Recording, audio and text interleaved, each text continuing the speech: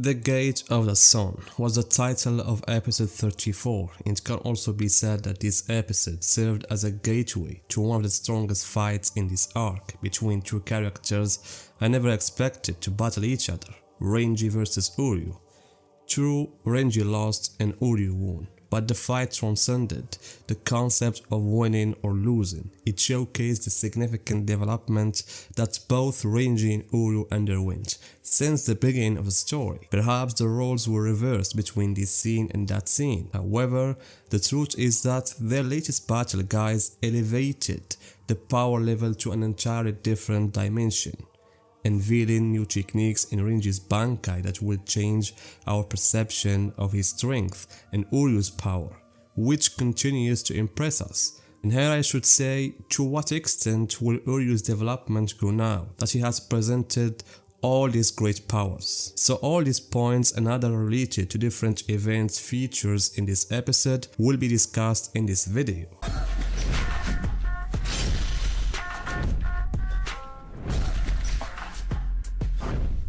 First of all, I was highly impressed by the opening scenes with Yhwach summoning each elite guard by name.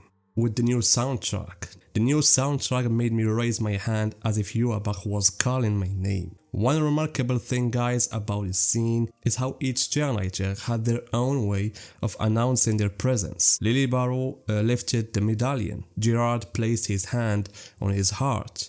And do you know what that could mean? As for Pernida, I find its form to be one of the cutest aspects of this war. Its way of announcing its presence by forming the Quincy symbol was a cute move.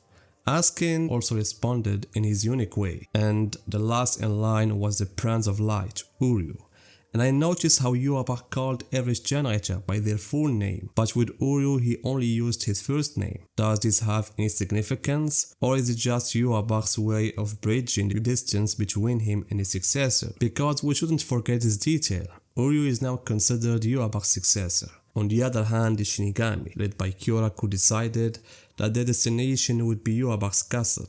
Ichigo and his team had the same goal, but the problem was how to get there, as Yhwach manipulated the Rishi in the Royal Palace, preventing the Shinigami from moving quickly. I mean, we saw how everyone was running in the usual manner. However, not everyone faced this issue. Busby, Liltito and Giselle used shadows for their movements, allowing them to reach Yhwach's castle directly, unlike the others. However, in the manga, things weren't like that. Once Busby and the others arrived at the Royal Palace, they used the Gate of the Sun medallion, which transported them directly to the castle. And besides this, one of the scenes that I really liked was this one, the scene of Ichigo, Orihime and the others running in the middle, while Neil and Grimmjow were above them on either side. It was captivating, especially the chase between Grimmjow and Askin.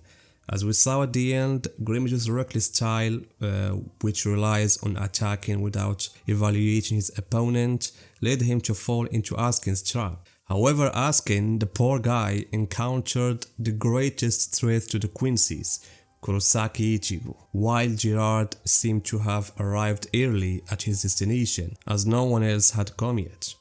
So I'm so excited to see whether any change will occur in Gerard's battles or things will stay the same as in the manga. On the other hand, in what could be considered a significant event, Lilibaro did a great job, truthfully, in reducing the number of arrivals to the Royal Palace, especially those who wouldn't contribute much to the battle. I don't like placing Hisagi on that list, but unfortunately he was the first to fall to Lilibaro's attack, followed by Omaida, Isani, Kutsubaki and Hyuni.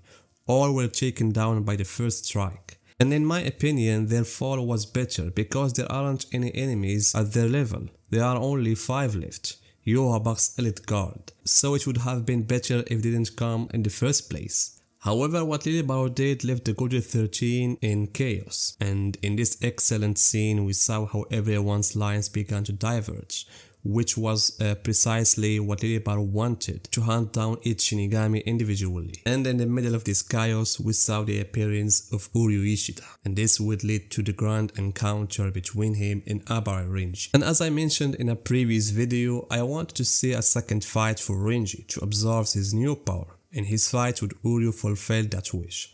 It showed that Renji now truly has a far more complex and powerful Bankai than before, and I'll explain why. Renji could be said to be the only Shinigami closest to Ichigo, in having two distinct powers that belong to a single entity. Zangetsu consists of White, forming his Shinigami power, and the Old Man, his Quincy power, yet they are ultimately one entity. Meanwhile, Renji's Zanpakuto Zabimbaru is an entity composed of two connected spirits, the Snake King and the Baboon King.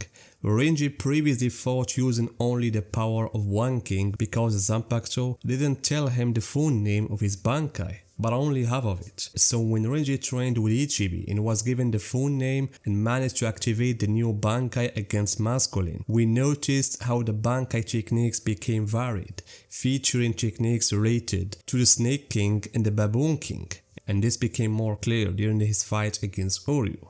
And if we were to say that Renji's Bankai or his Zanpakuto is similar to Zangetsu in that it consists of two powers, Renji's Bankai also has a similar ability to Sajin Komaru's Bankai or even Shinbun Zakara Kageyoshi. This ability involves using his hands to control the Baboon King's arm that forms on his left arm and the Snake King on his right arm. We saw how Renji moved his fingers to extend the Snake King using his new technique Zazika, which is used to attack Uryu in a way reminiscent of his old Bankai. And it can be said that one of the most notable features of this Bankai is its destructive power. The technique that surprised me the most was when the Snake King's sword became extremely hot. Uryu's face would have been obliterated if he hadn't dodged that attack, and this technique reminded me of Yamamoto's Bankai, Zanka no Tachi, where anything it touched would explode due to its intense heat. And a similar thing happened with Renji's attack power, which would explode and melt anything it touched. And the snake abilities don't stop here,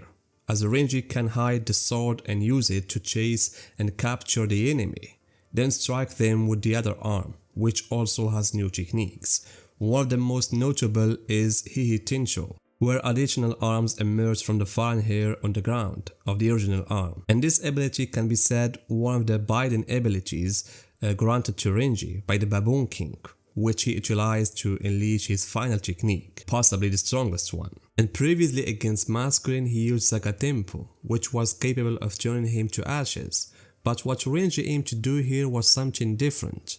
Merging the powers of both the Baboon and the Snake Kings, Renji let go of holding the snake himself and had the Baboon King's arm hold the snake tail, while he only guided his hand to make the Baboon King's arm move in the same way. And the impressive part is that Kubo gave us another flashback to Renji's training with Ichibi, where Ichibi explained to Renji that he would need to infuse more Ryatsu if he wanted to harness the full power of the Bankai after learning its true name. However, in his current state, Renji only had 20 seconds, the time he could infuse his Ryatsu into the Bankai to activate the Zagaizuko technique. And as you can see, Renji seemed to need some time while swinging the snake tail to gather enough Ryatsu for the attack, which turned out to be a devastating move. Just notice the size of the explosion and how many characters felt its magnitude. And this shows that what we saw so far was Renji not yet fully mastering the control of his Bankai, especially the last technique, which he used for only 20 seconds. However, as the fight demonstrated, Renji now has a great variety of techniques, especially utilizing the power of both kings, or merging them. But unfortunately for Renji, he faced Uryu, who wouldn't stop until he got revenge for everyone who had wronged him in the past. It seemed Uryu truly embraced being on Yhwach's side. For example, Ichigo, who had fought Uryu before, we notice how Ichigo tried to understand why Uryu joined Yhwach and repeatedly tried to reason with him, and ultimately unable to fight him seriously. But Renji, on the other hand, presented himself from the start as a Shinigami, not calling Uryu by the usual name Ishida.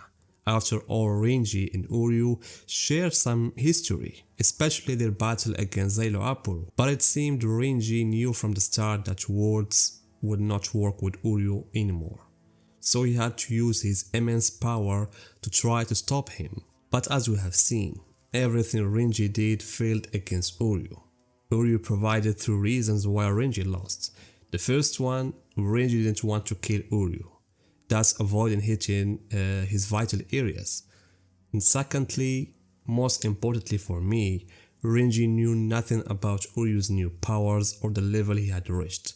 We saw how Renji was surprised when he heard that Yhwach had absorbed the Soul King, and seemed not concerned when Uryu said to him that he could not defeat Yhwach, because Renji didn't seem to understand what was being said to him. Otherwise, he wouldn't have claimed that he would destroy the castle and defeat their leaders, he means Yhwach. His words reminded me of what he once said to Jackie about Aizen Sasuke. Therefore, I believe it's the same idea that Ichigo might have had when he fought Kiryu and told him that your arrows are stronger than Uryu's arrows. The same belief that Renji had.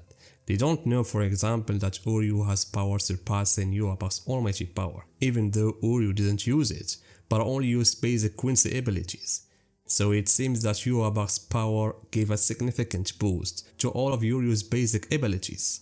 For example, the attack that Renji used against Masculine, which turned him to ashes, didn't harm Uryu at all, since he had activated BLEACH. So imagine the level Uryu's BLEACH reached to withstand an attack of that magnitude. And this was on the defensive side, but in terms of offense, that arrow Uryu formed in the Vollständig was one of the powerful attacks. I mean, just look at the reach of his strike when viewed from afar. And one of the most terrifying techniques Uryu possesses, showing how far he has come, is the final technique he used to defeat Renji.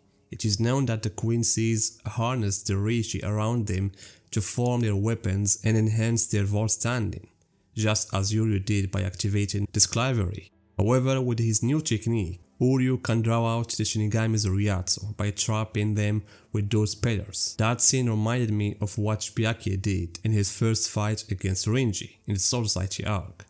So draining the Shinigami's Ryatsu, as Uryu said, prevent them from using their Shikai or Bankai. And we saw this, as Renji had extreme difficulty in leashing his Bankai. And of course, Uryu loves to use the one-hit style that he used against the member of the 11th Division, against Mayuri, against the previous Espada and Shinjimaru, and now he's using it against Renji. I'm not sure if Uryu targeted the Sakitsu of Renji or not, but if he did, it would put Renji in a serious trouble. So Uryu still seems to be on his own path, which grows darker with each episode and fight. So will his path differ more from the manga? Next episode will show us. One note guys, one last note, there was another team that arrived late at the Royal Pass. A team that gathered by coincidence. And this includes Mayuri with Nemo as well as Zaraki, Ikako Yumichika, and Yamada Hanacharo. And the scenes of Mayuri or Zaraki were really funny, as they formed a unique duo. It's clear that the upcoming battle will be focused on Mayuri. Given the poem in this episode and the title of the next one, sure we'll have finally the big fight of Mayuri. So guys, what do you think about what you have seen regarding Renji's battle against Uryu and also the other events? Tell me guys in the comments, and see you guys in my next video.